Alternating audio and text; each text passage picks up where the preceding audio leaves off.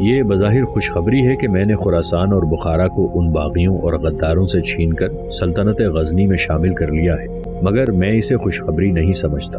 یہ ایک قومی المیہ ہے کہ ہم آپس میں لڑے اور دونوں طرف وہ فوج ضائع ہوئی جس سے ہمیں سلطنت اسلامیہ کا تحفظ کرنا تھا اور اسلام کے فروغ کے لیے کفرستان کو اسلام کے پرچم تلے لانا تھا۔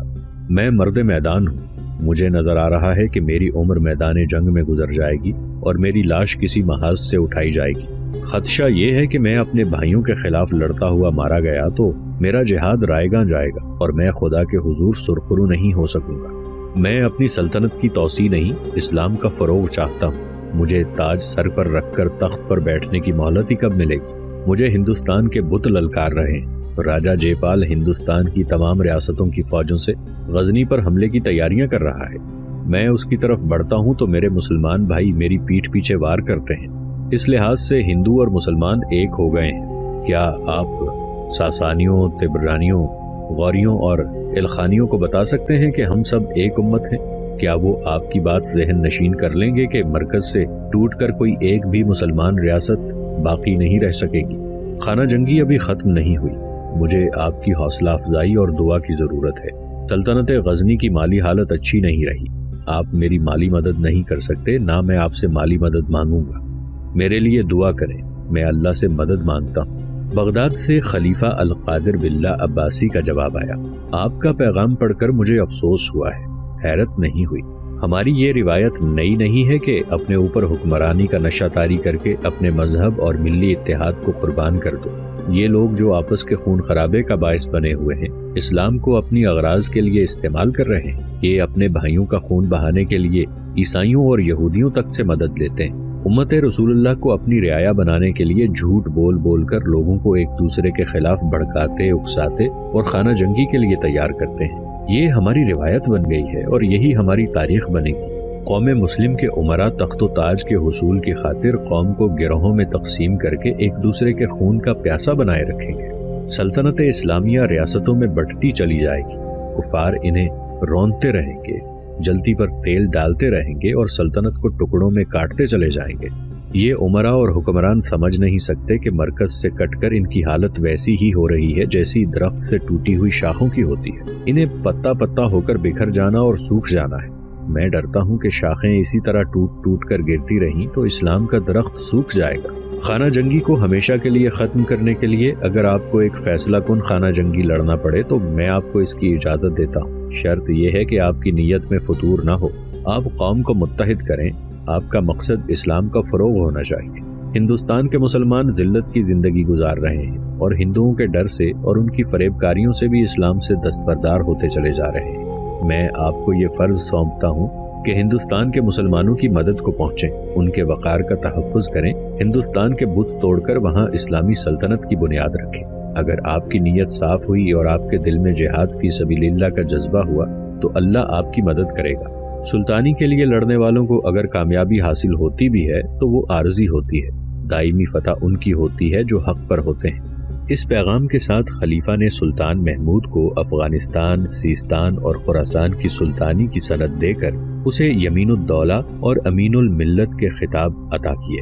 مشہور مورخ اور وقائع نگار محمد قاسم فرشتہ لکھتا ہے کہ راجہ جے پال کے دوسرے حملے کو روکنے میں اور اس کے فوراً بعد خانہ جنگی میں سلطان محمود کی فوج کا جہاں جانی نقصان ہوا وہاں مالی نقصان بھی کچھ کم نہ تھا۔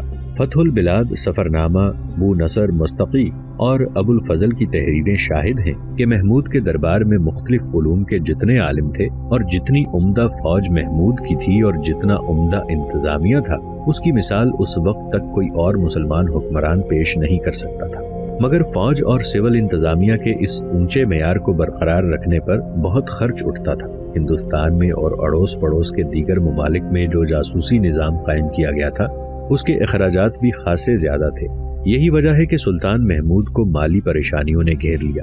انہی دنوں جب سلطان محمود غزنوی ایک طرف خانہ جنگی میں الجھا ہوا تھا، دوسری طرف ہندوستان کا لشکر غزنی پر حملہ کرنے آ رہا تھا، تیسری طرف مالی پریشانی اور چوتھی طرف یہ عالم کہ جن سے مالی اور فوجی مدد ملنی چاہیے تھی وہ اس کے دشمن ہو گئے تھے۔ ایک روز اس کے غزنی کے دربار میں 2 اجنبی آئے۔ یہ سیستان کے ایک گاؤں کے رہنے والے تھے۔ انہوں نے بتایا کہ ان کے گاؤں کو پانی دور سے ملتا تھا۔ انہوں نے گاؤں سے دور ایک ویرانے میں کنواں کھودنا شروع کر دیا۔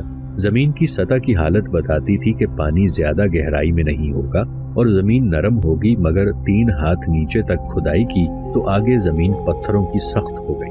سلطان خراسان و سیستان، ایک مسافر نے کہا، اگر زمین صرف سخت ہوتی اور پتھر کی سلیں ہوتی تو ہم کھدائی ترک کر دیتے۔ ہم حیران اس پر ہوئے کہ جس نے ہماری کدالوں کو روک لیا ہے وہ چمکتی ہوئی کوئی چیز ہے۔ یہ پتھر نہیں ہو سکتے، پتھروں میں ایسی چمک نہیں ہوتی، یہ کوئی دھات ہے اور یہ کسی پرانے بادشاہ کا مدفون خزانہ ہے۔ کہتے ہیں جہاں مدفون خزانہ ہوتا ہے وہاں جنات اور خزانہ دفن کرنے والوں کی بدروحیں موجود رہتی ہیں۔ ہم یہ عرض لے کر آئے ہیں کہ اگر یہ خزانہ ہی ہے تو یہ بے نقاب ہو چکا ہے۔ گاؤں والوں پر خوف طاری ہے، کوئی بھی خزانے کے قریب نہیں جاتا۔ ہمیں ایک بزرگ نے کہا ہے کہ سلطان کو اطلاع دے دی جائے۔ سلطان محمود اسی وقت ان آدمیوں کے ساتھ اپنے دربار کے 2 عالموں اور فوج کے 2-4 حاکموں کو اس حکم کے ساتھ بھیج دیا کہ جنات اور بدروحوں سے ڈرنے کی بجائے مزید کھدائی کریں اور معلوم کریں کہ یہ کیا ہے۔ کچھ دنوں بعد سلطان محمود کو اطلاع دی گئی کہ یہ مدفون خزانہ نہیں بلکہ سونے کی کان ہے جو سطح زمین سے صرف 4-5 ہاتھ نیچے ہے۔ اس کی کھدائی کی گئی تو محمد قاسم فرشتہ اور گرتیزی کے مطابق خاصے وسیع علاقے میں سونا برآمد ہوا۔ اس کان کی شکل درخت کی سی تھی، جیسے درخت گرا کر زمین میں دفن کیا گیا ہو۔ کان درخت کے ٹہنیوں اور ٹہنوں کی طرح پھیلی ہوئی تھی۔ یہ خالص سونا تھا جو کسی بادشاہ کا مدفون خزانہ نہیں بلکہ زمین کا معدنی خزانہ تھا۔ مذکورہ مورخ لکھتے ہیں کہ محمود کے دور حکومت میں اس کان سے سونا نکلتا رہا۔ اس کی وفات کے بعد جب اس کا بیٹا مسعود اس کا جانشین ہوا تو وہ اپنے باپ کے الٹ ثابت ہوا۔ اس نے اپنے آپ کو روایتی بادشاہ بنا لیا۔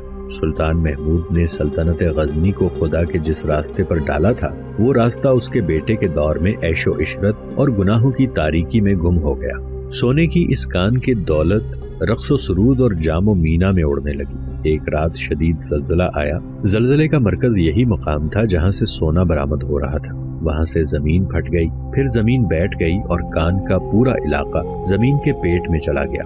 مسعود نے دور گہرائی تک زمین کھود ڈالی، اسے مٹی اور پتھروں کے سوا کچھ نہ ملا۔ یہ کان جب برآمد ہوئی تھی اور سلطان محمود غزنوی کو یقین ہو گیا تھا کہ یہ خالص سونا ہے تو وہ اپنے پیر و مرشد ابو الحسن خرقانی کے ہاں حاضری دینے گیا اور انہیں بتایا کہ اس کے باپ نے اس کی پیدائش سے پہلے خواب میں ایک درخت دیکھا تھا جو گھر کے ایک کمرے سے اگا، اٹھا، چھت پھاڑ کر اوپر گیا اور اس نے آدھی دنیا پر اپنے ٹہنوں اور ٹہنیوں کا چھاتا پھیلا دیا تھا، اور اس کے بعد میں پیدا ہوا۔ محمود نے کہا، اس خواب کی تعبیر یہ بتائی گئی تھی کہ میں دور دور تک اسلام کی روشنی پھیلاؤں گا۔ اب سونے کی جو کان برآمد ہوئی ہے اس کی شکل بھی درخت کی سی ہے۔ کان گہرائی میں نہیں گئی، سطح زمین کے ساتھ ساتھ درخت کی شاخوں کی طرح پھیلی ہوئی ہے۔ پیر و مرشد، مجھے یہ بتائیے کہ یہ خدائے ذوالجلال کا کوئی اشارہ ہے یا کیا ہے؟ جو کچھ زمین میں ہے اور جو کچھ آسمانوں میں ہے اس کا علم خدا کے سوا کسی کو نہیں، ابو الحسن خرقانی نے کہا، اور جو تمہارے دل میں ہے خدا اس کا بھی علم رکھتا ہے۔ خدا تمہارے متعلق وہ بھی جانتا ہے جو تم خود بھی نہیں جانتے۔ درخت ایک اشارہ ہے جو تمہیں نہیں، ہر سلطان اور بادشاہ کو سمجھنا چاہیے۔ خدا ایسے اشارے صرف انہیں دیا کرتا ہے جو اس کے رسول صلی اللہ علیہ وآلہ وسلم کی امت سے ہے۔ تم نے اگر دل میں خدا اور اس کے رسول کو جگہ دے رکھی ہے تو اس کے اشارے کو سمجھو۔ تم نے خدا کی راہ میں جہاد کیا، تم نے انہیں بھی شکست دی جو مسلمان ہوتے ہوئے دین مسلم سے منحرف ہو گئے، اور تخت و تاج کی خاطر حزب اللہ کا خون حزب اللہ کے ہاتھوں بہا دیا۔ تم نے فتح پائی مگر اتنے بدحال ہوئے کہ درہم و دینار کے محتاج ہوئے۔ تم نے کہا کہ صرف اللہ سے مدد مانگوں گا، لہٰذا اللہ نے تمہاری مدد کی، اپنی زمین کا سینہ چیر کر تیری جھولی بھر دی اور سونا درخت کی شکل میں دیا۔ ہر سلطان کو درخت کی مانند ہونا چاہیے، ایسے درخت کی مانند جو دھوپ کے جھلسے ہوئے انسانوں کو ٹھنڈی چھاؤں مہیا کرتا ہے۔ زندگی کے کٹھن سفر کے تھکے ہوئے لوگ درخت کے نیچے آ کر گرتے ہیں اور سستاتے ہیں۔ تھکن سے چور جسم تر و تازہ ہو جاتے ہیں تو مسافر پہلے سے زیادہ کٹھن سفر کے قابل ہو جاتے ہیں۔ درخت اپنی روزی زمین سے حاصل کرتا ہے، انسان کا خون نہیں چوستا، زمین سے نمی لیتا اور لوگوں کو چھاؤں دیتا ہے، لوگوں سے لیتا کچھ نہیں۔ محمود ٹھنڈی چھاؤں والے گھنے درخت کو تصور میں لاؤ، اس کی خوبیاں تمہارے سامنے نکھرتی آئیں گی۔ خدا کا یہ اشارہ نہیں، حکم ہے کہ اپنے آپ میں یہ خوبیاں پیدا کرو۔ ذہن میں رکھ لو کہ انسان بڑا بے وفا اور اوچھا ہے، درخت کو کاٹ لیتا ہے، درخت انسان کو نہیں کاٹتا۔ درخت کٹ جائے تو انسان کے کام آتا ہے، اس کا پلنگ بنتا ہے، اندھے اور لنگڑے کی لاٹھی بنتا ہے، سلطان کا تخت بنتا ہے۔ مگر یاد رکھو محمود، جب سلطان اپنے آپ کو انسانوں کا حاکم اور روزی رساں بنا کر اپنے آپ کو درخت کی صفات سے محروم کر لیتا ہے تو تخت الٹتے دیر نہیں لگتی۔ انسان کو وہ چیزیں شیطان بناتی ہیں، سونا اور سلطانی، وہ انسان بھی شیطان بن جاتا ہے جسے یہ دونوں چیزیں تو حاصل نہ ہوں لیکن وہ اپنے دل میں ان کی ہوس پیدا کر لے۔ جس سر پر سلطانی کی دستار رکھ دی جائے وہ سر جتنا خدا کے آگے جھکے اتنا ہی بندوں کے آگے جھکے، اگر نہیں تو ایسے سلطان کے رکوع و سجود رائیگاں جاتے ہیں، کیونکہ یہ دکھاوے کے ہوتے ہیں، اللہ کے بندوں کو فریب دینے کے لیے ہوتے ہیں۔ جس نے اللہ کے بندوں کو جسمانی اور روحانی بھوک دی وہ اللہ کے حضور جا کر دوزخ کو روانہ ہوا، جہاں اس کی رعایا کی آہیں اور فریادیں اور رنج و آلام جو سلطان نے دیے وہ سب انگارے بن کر اسے جلاتے رہیں گے، بچھو بن کر اسے ڈستے رہیں گے۔ تو نے خدا سے مدد مانگی، خدا نے تجھے مدد دے دی، مگر دیکھ اور سوچ کہ تو خدا کا بھیجا ہوا پیغمبر نہیں، آسمان سے اترا ہوا فرشتہ بھی نہیں۔ پھر خدا نے اپنی زمین کا سینہ چاک کر کے تیری سلطنت کو سونے میں کیوں نہلا دیا؟ یہ سونا تیرا نہیں، تیری سلطنت کا ہے، یہ سونا تیری سلطنت کی توسیع کے لیے ہے۔ اگر تو تخت و تاج کے نشے میں بھول جائے گا کہ تیرے فرائض کیا ہیں اور بندوں کے کتنے حقوق تیرے سر پر ہیں تو زمین اپنی دولت نگل لے گی، جو خدا دیتا ہے وہ لے بھی لیتا ہے۔ اس اشارے کو سمجھو محمود۔ اپنے پیر و مرشد ولی ابو الحسن خرقانی سے روحانی فیض حاصل کر کے سلطان محمود نے اپنی توجہ سلطنت کی انتظامیہ اور فوج پر مرکوز کر دی۔ اس نے قوم کو اتنا خوشحال کر دیا کہ لوگ اپنے بیٹوں کو فوج میں بھیجنے لگے۔ سلطان محمود نے حقوق العباد پر سب سے زیادہ توجہ دی۔ سلطان محمود کو ہندوستان کی اطلاع کا انتظار تھا۔ ادھر سے کوئی اطلاع نہ آنے کا مطلب یہی ہو سکتا ہے کہ راجہ جے پال شکست تسلیم کر کے بیٹھ گیا ہے۔ سپہ سالار نے کہا، اس صورت میں ہمیں ہندوستان پر حملے کی تیاری کرنی چاہیے، وہ حملہ ضرور کرے گا۔ سلطان محمود نے کہا، میں اسے یہ تاثر دینا چاہتا ہوں کہ میں اس کے ملک پر حملہ کرنے کا ارادہ نہیں رکھتا۔ کیا یہ بہتر نہیں کہ وہ اپنے ملک سے دور ہمارے میدان میں آ کر لڑے؟ اگر مجھے اس کی پیش قدمی کی اطلاع قبل از وقت مل گئی تو میں اسے اپنی پسند کے میدان میں لڑاؤں گا۔ اب تک لاہور سے کسی نہ کسی کو آ جانا چاہیے تھا۔ سپہ سالار نے کہا، ہمارے آدمی پکڑے نہ گئے، چند دن اور انتظار کر لو۔ سلطان محمود نے کہا، اگر کوئی اطلاع نہ آئی تو میں یہاں سے آدمی بھیج دوں گا۔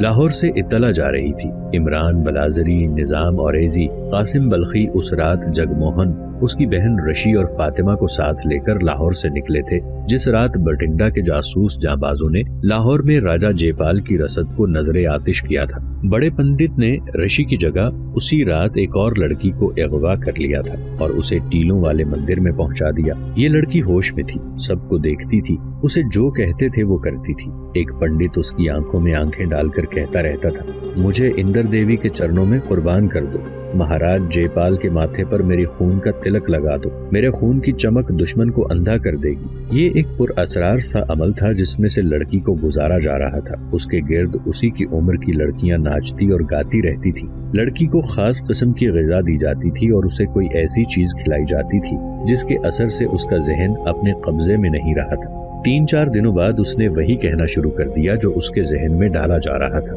وہ مکمل طور پر ہپناٹائز ہو چکی تھی۔ ایک روز راجہ جے پال کو پنڈت ٹیلوں والے مندر میں لے گئے۔ اسے پنڈتوں اور سادھوؤں کے جلوس میں مندر کے اندر کئی ہاتھوں والی دیوی کے بت کے آگے لے جا کر 2 زانوں بٹھا دیا گیا۔ مندر کی کنواریوں نے اس پر پھول نچھاور کیے، پنڈتوں نے بھجن گائے۔ لڑکی کو ایسے لبادے میں راجہ کے سامنے لایا گیا جس میں وہ پری لگتی تھی۔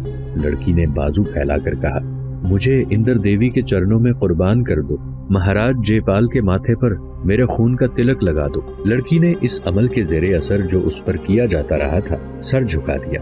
ایک پنڈت نے راجہ جے پال کی نیام سے تلوار نکالی، اسے راجہ کے سر پر پھیرا اور ایک ہی وار سے لڑکی کا سر اس کے تن سے جدا کر دیا۔